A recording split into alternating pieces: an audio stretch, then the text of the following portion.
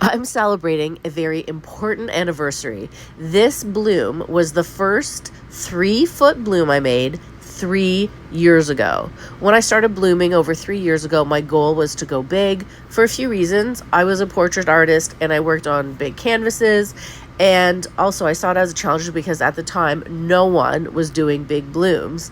So I just jumped right in and did the best that I could.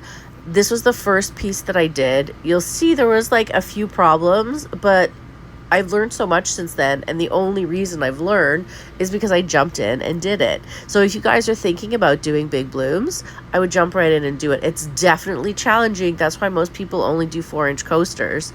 But you can see I blew it out, and oh yeah, like it's looking pretty. Definitely like not a lot of cells.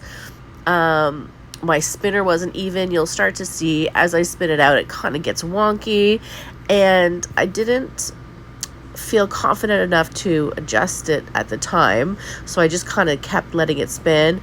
I think, no, this wasn't on my pottery wheel. I got fancier as time went on, and I got a pottery wheel, which I'm gonna break out again. Actually, it was really fun.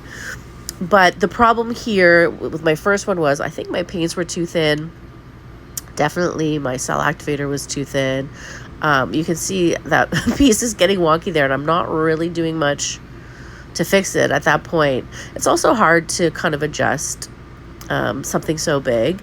But you know what? I was so proud of myself because, first of all, getting color to the edge was hard.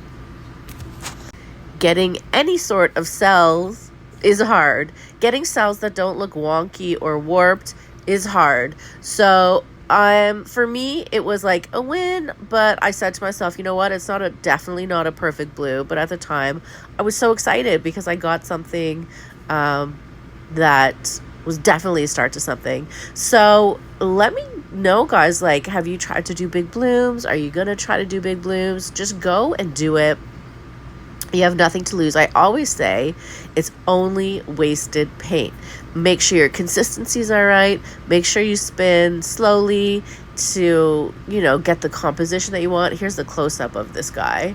Like I said, you know what? The colors are really bright and awesome, and I still have it hanging actually in my home as like a reminder of what I did. So I hope this inspires you to jump in and kind of do things that you're scared to do, because you definitely can succeed with them.